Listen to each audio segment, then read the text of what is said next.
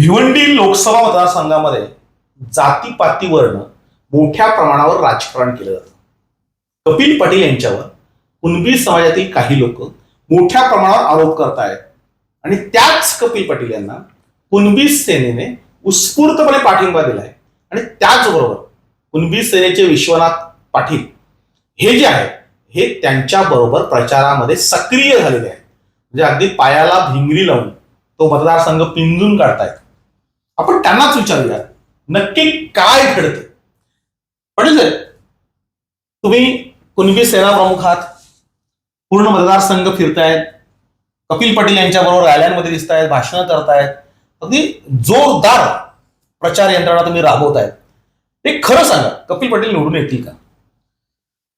मुळात कपिल पाटलांनाच पाठिंबा दिलेला हे पुन्हा मी अधोरेखित करतो. महाराष्ट्रामध्ये पाठिंबा सगळ्यांना मोदींचे हात लोकसभा मतदारसंघामध्ये ते निवडून येतील का एवढं मला विचारलं. निवडून यायला कुठली हरकत मला दिसत नाही का. प्रचंड एक्सपिरियन्स त्यांच्याकडे आहे. माझे आता तुम्ही मला सांगितलेलं आहे का मी कुणबी सेनेच्या नंतर मी ह्या मतदारसंघात, असं नाही. मी माझ्या राजकीय जन्मापासून ह्या मतदारसंघाचा प्रमुख होतो. राजकीय जन्म माझा राजकीय जन्म हा 80 साली झाला. लोकसभा त्यावेळेला मला प्रमोद महाजन आणि गोपीनाथ मुंडेंनी जबाबदारी दिली होती की चिंतामण वंगा आणि विष्णू सवरा हे दोन आदिवासी लीडर तुझ्या ताब्यात आम्ही देणार आणि दिलेले आहेत. यांना घडवायचं, यांना मोठं करायचं, यांना निवडून आणायची जबाबदारी तुझी. त्यावेळेला लगेच काही शक्य होणार नव्हतं. खूप स्ट्रगल होती त्याला. पक्षाला काही भवितव्य नव्हतं. अशा वेळेपासून आम्ही ते काम केलं. तळागाळामध्ये जाऊन काम केलं. आदिवासीमध्ये पण गेलो. आदिवासीमध्ये नुसतं नाही गेलो, आदिवासी समाजामध्ये पण जे घटक जाती आहेत, कोकण आहे, वारले आहे, ठाकूर आहे, क ठाकूर आहे, म ठाकूर आहे, कातकरी आहे, या सगळ्यामध्ये जाऊन आम्ही नेते तयार केले. तळागाळामध्ये जाऊन आम्ही कुणबी समाजामध्ये बांधणी केली. त्यावेळेला कुणबी समाज म्हणजे शेका पक्ष, शेका पक्ष म्हणजे शेका पक्षानंतर कुणबी समाज म्हणजे काँग्रेस, हे समीकरण कुणीच नव्हतं इथं. बरोबर. त्यावेळेला आपण हा संबंध पक्ष उभा केला. त्यावेळेपासून मला ह्या मतदारसंघाचा 44 वर्ष माझी नाळ जोडलेली आहे.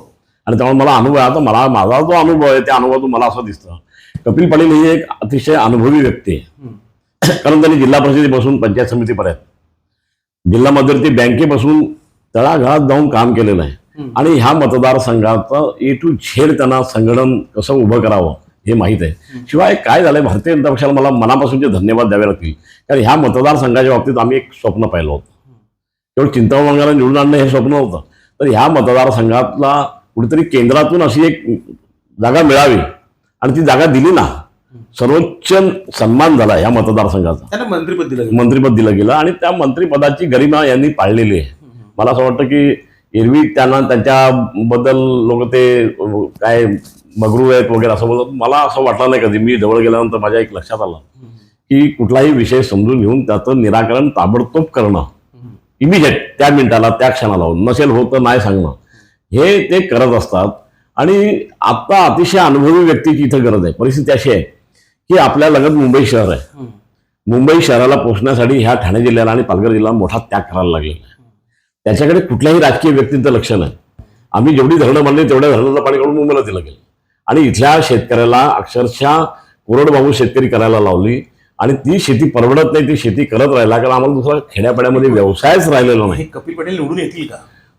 त्यांचं काम याच्यामध्ये आहे. आणि आमच्यासारख्या ज्या संघटना उतरलेल्या आहेत त्या संघटना शेतकऱ्यांमध्ये आम्ही अटी शर्तीचे पाठिंबा ठेवलेले आहेत. मी सिंचन व्यवस्थेची मागणी केलेली आहे.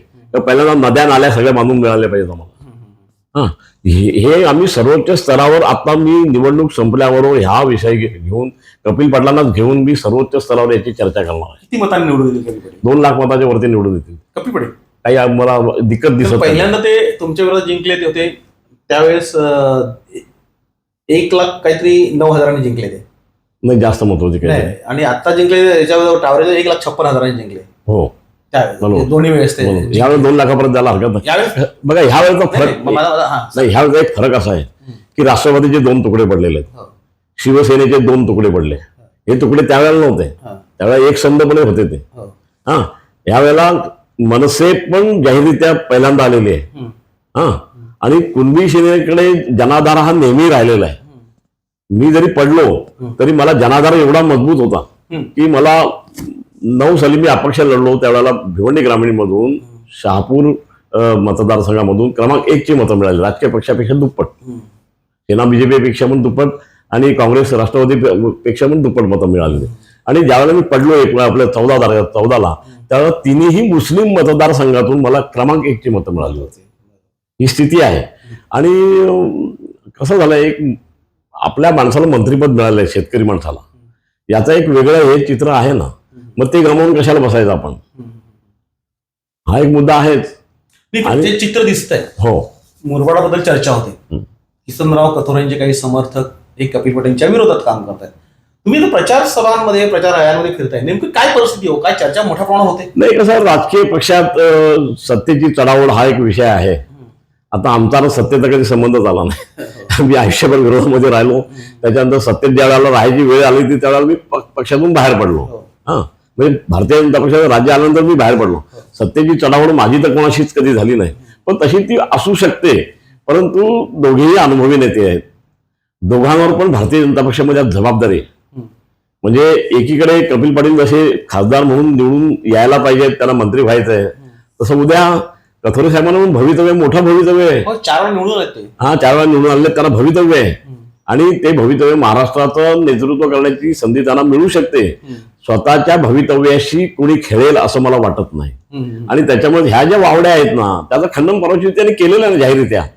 आणि मला वाटतं देवेंद्र फडणवीस साहेब आणि त्यांच्यात काही 2 तास चर्चाही झालेली आहे. आता ते खाजगी आहे, मला काही बोलता येणार नाही. पण मी जे पाहिलंय, म्हणजे मी त्याच्या रॅलीमध्ये एकत्र होतो, त्याच्यानंतर त्या झालेल्या सभेमध्ये होतो, त्याने ते स्पष्ट, म्हणजे स्वच्छ शब्दात मांडलेलं आहे.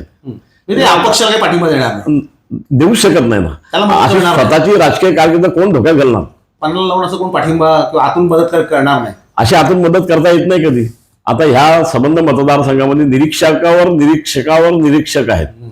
आणि भारतीय जनता पक्षाने हा प्रश्नच नाही. आणि आता मोदीच आज तिथे येत आहेत, त्याच्यावरून आपण लक्षात घेतलं पाहिजे. स्वतः फडणवीस साहेब आता बरं 3 वेळा कथोरे साहेबांना बदनाम करतायत असं थोडक्यात असं दिसतंय मला. त्याच्यात असं दिसतंय किसन कथोरे साहेबांना बदनाम करून त्या मुरबाड मतदारसंघामधून मग आपण उभं राहायचं वगैरे, असा काय प्रकार आहे? काय प्रकार?